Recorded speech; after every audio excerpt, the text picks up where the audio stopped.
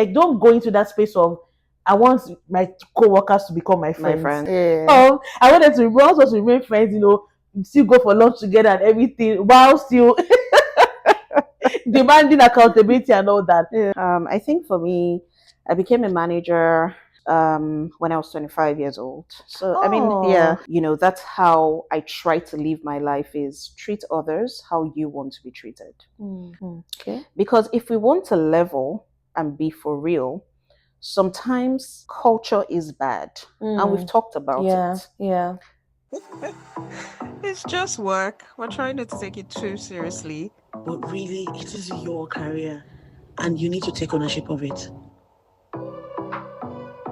I think I know when you got that role, but I think I didn't put the age to it at the time. It was just like, like Dickens has this major role, like, and I was like, I wish, I'm gonna get the opportunity. Yeah. But thinking about it, I can imagine all the feelings that you got, because something about I think people don't talk about a lot is like for your 25 years, and maybe you have someone that is maybe you're 5 years older than you on the team, and you're like, okay, or even worse still, or worst case scenario where maybe you're being hired externally and there was someone on the team. That's even the worst. Oh, that's the worst. You're inheriting a disgruntled team.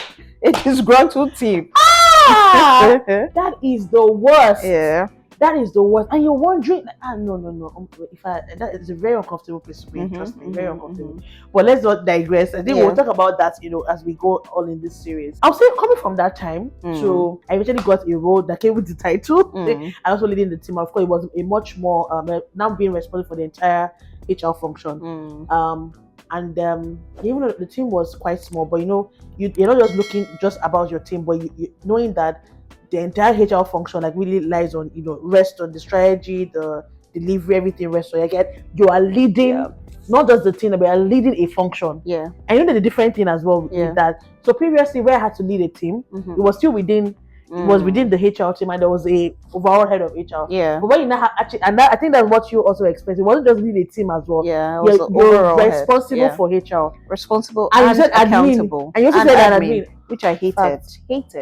And still hate. Okay, so don't let us go to that. Some people are going to come for you. They'll come for you. I apologize. Yeah, but I think so. I'll say what I've learned so far, and I've taken along with. I'll just share a couple of the lessons I've learned. In just growing into these roles. It's first of all is I think you realizing that you got that opportunity or that role because you deserved it. You were assessed. So whether it was an internal promotion, whether you interviewed and joined another organization, you were assessed. Yeah. And whoever made decision found you capable. True. Of being able to take on that role. True. So I think first of all, if the earlier you're able to own it. Yeah. I think that's the word. Like, come like I earned this, I deserved it. Own it first, because I feel like when people don't own it initially, like that's where you begin to you're doubting yourself. The most imposter syndrome. You're dealing with all of that because you're like maybe no, maybe not. Because if you operate from that place, I've dealt with it before. You operate from that place of you're not so sure. It shows, and other team members can pick it. Yeah. And they don't use that as a leverage, especially for those who are malicious. They use it as a leverage to sort of bring down your, question your authority and question, you're not even competent, and you're not beginning to doubt yourself. So I think for own it that I deserved it. I have the capabilities, competencies to be able to deliver on this role. I think secondly is the fact that, one thing I'll say I've learned is that because you're responsible for the team, so even the growth and development of so I'll say this in two parts. Number one, I think they kept touched on it, is really caring for your. So when I say care, I'm saying being, the well-being of your team members matters. Not just about the work or output. Where are we on that? But first of all, humans first, putting the human first in that role, and just genuinely care for your team members, their well-being, how they are doing. Of course, as those that will be open with you to share, but you also want to get to a point where your team members are also open to be able to share if they're actually struggling personally, because that's really your role. So not as they're just telling you for telling sake of gist, but you like they're comfortable being able to share those personal challenges or whatever it is that's impacting work, and you helping them navigate that.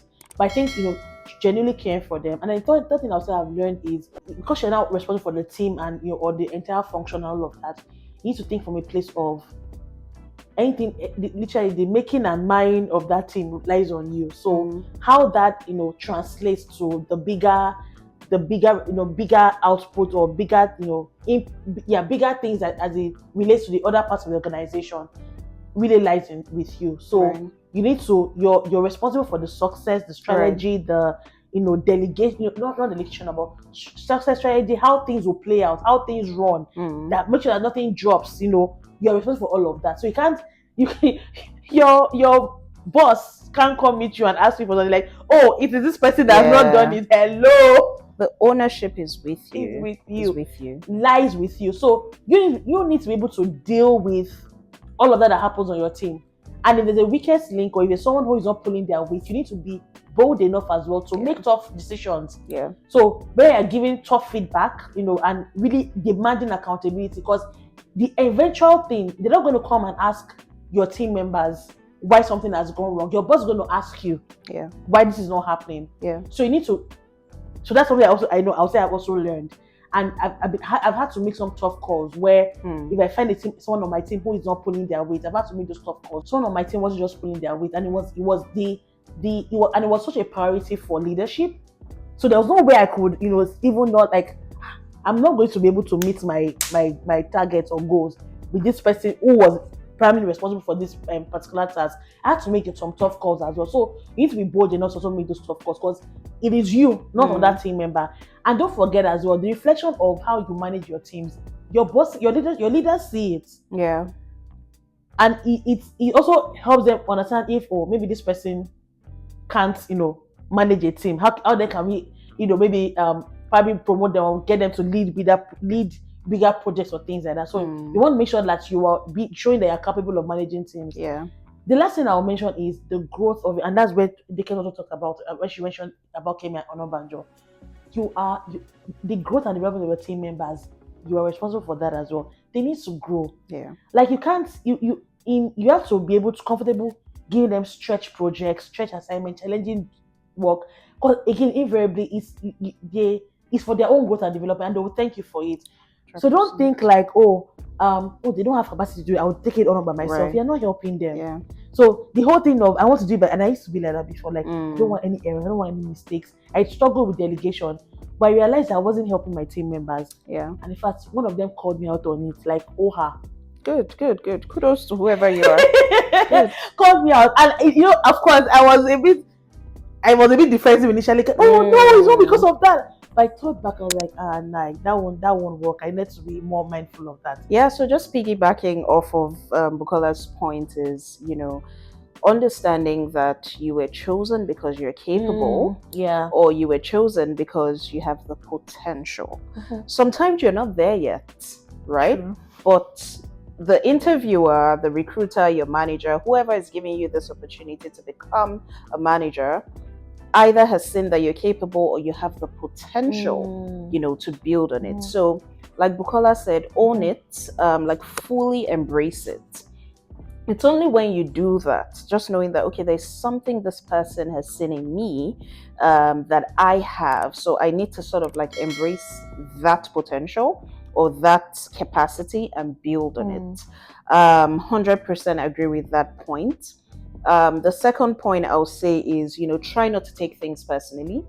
As you grow in your career, things will happen. Yeah. You will mess up. Yeah. Culture will mess up. People will mess up. Move on from things as fast as possible. Don't internalize things. Don't take things too personally. If not, you won't be sleeping at night. Your blood pressure will go up. Exactly. You will just be a mess. We've talked about this learning detachment. This is not to say you become an aloof, cold manager, but just knowing where, boundaries, it's important that as a new manager, you learn boundaries. The growth and the development of your team members, are key. Learn to delegate, like Bukola said, give them stretch assignments. That's how you grow, that's how they grow, and that's how you don't burn out as a manager. The other thing I would say is, build trust from day one. if you inherit an existing team or you're building your team, regardless of what that situation is, your team members have to trust you. They don't have to be your friends, but they have to trust you. Trust is like, it's such an important currency. I think that's number one. Yeah. Everything. So learn to build trust. Let your word, what's that saying? Let your word be your bond or whatever. People should know that if Daykems has said, I will do this, or I will speak to that, or in 3 months this will be done. Like, build that currency of trust with your team members as a manager. They need to be able to trust you, depend on you. You need to be able to trust them and depend on them. Know that mess up will happen. Even your best performing employee will drop the ball sometimes. You don't have to crash down on them because you mess up sometimes. So give room for grace. I guess that's what I'm saying. Just knowing that people will do crazy things sometimes, and that's okay. Boundaries, assertiveness, not aggression, but just learning to be assertive, like saying no to certain things, like maybe crunch time, peak periods, insisting that people pull the longer hours, and then you compensate them. Maybe you give them a new day off, and things like that. This is what builds trust. And just leverage tools like this, leverage articles. You're not alone. There are people also struggling with management roles and things like that. It takes time. If you're starting off as a new manager today, you will face a lot of hardships. You will continue to face hardships, provided you're interacting with people, but it gets easier. It gets better. You learn yourself, you learn people better. And then you learn how to just like really manage situations. So give yourself grace, give yourself time. It will get better. Put yourself out there, attend networking events, read articles, obviously follow Career Diaries.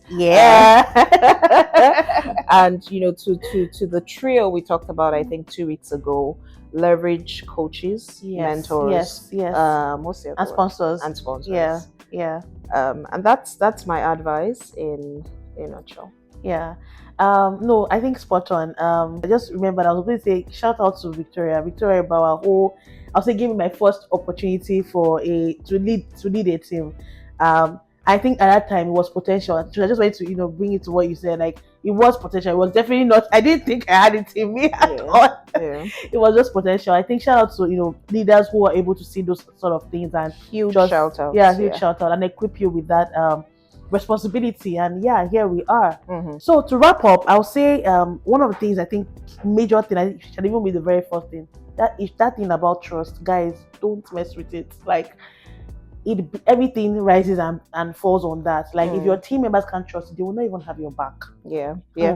Like, and I think building loyalty with your team members goes a huge way.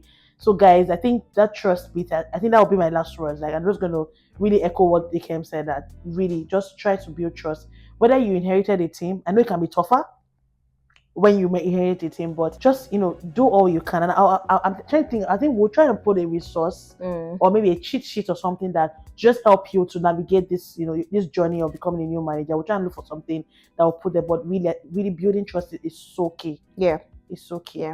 It's okay. And of course, if you have questions, send in your questions. Yes, we will think through it properly and handhold you in getting by. And before we go, any thought, again, Daykem has said this is one of the previous episodes, nothing too big or too small to take to God. If you are really experiencing something, like, you'll be amazed how God just navigates it. So don't forget, you have that advantage, right? Lean not on your own understanding. Trust in God with all your heart. And you have to leverage the wisdom of the Holy Spirit. Yes, you really need to. We gotta go now. We're talking a lot. Thank you so much, guys. If you like this video, like you said, it is going to be in a couple of series. So watch out for our next episode in this. I was going to say new manager series, new manager handbook. Right. But we're going to be talking about a lot of stuff. But if you like this video, please, you know what to do. You know what to do, right? You know what to do. Thank you. Bye. Bye.